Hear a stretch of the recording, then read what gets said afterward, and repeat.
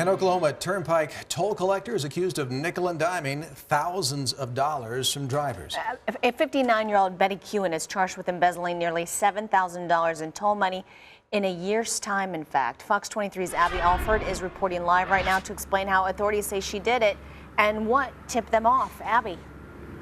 Well, Shara, it's a familiar story for many of us drivers who are trying to fish through our wallets to get any change to throw into the toll right here, even if it's a pain to remember sometimes. But a spokesperson for the Oklahoma Turnpike Authority says it watches its workers closely. That's why money reported from the booth Kewen was working at just wasn't adding up. There's lots of traffic on the Creek Turnpike. I'm always going that way. The Oklahoma Turnpike Authority, also known as OTA, reports in 2010 there were about 38 million drivers on the Creek Tollway. I take it almost every day to get to work and to get to where I train. All those nickels, dimes, and quarters add up to better Oklahoma's roads.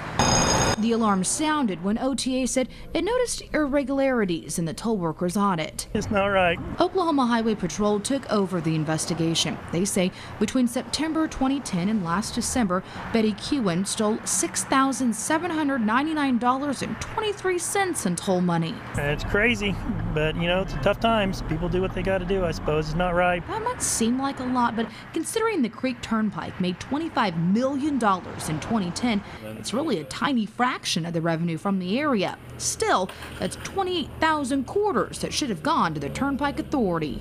The Oklahoma Turnpike Authority says toll booth workers are not assigned to a certain station. But if Betty Kewen stole nearly $7,000 in toll money over 15 months, here at the Jinx station, if it cost 75 cents for a 2-axle car, that means she stole from nearly 9,000 drivers. That seems very extreme to me since we're trying to pay for the roads.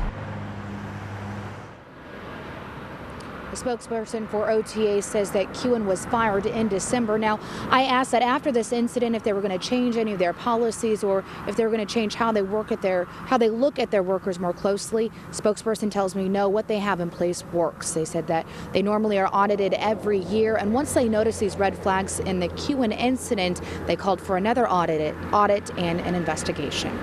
Reporting live in Jinx, I'm Abbie Alford, Fox 23 News. Abbie, thank you very much. Betty Kewen is charged with embezzlement. She has posted her $2,000 bond.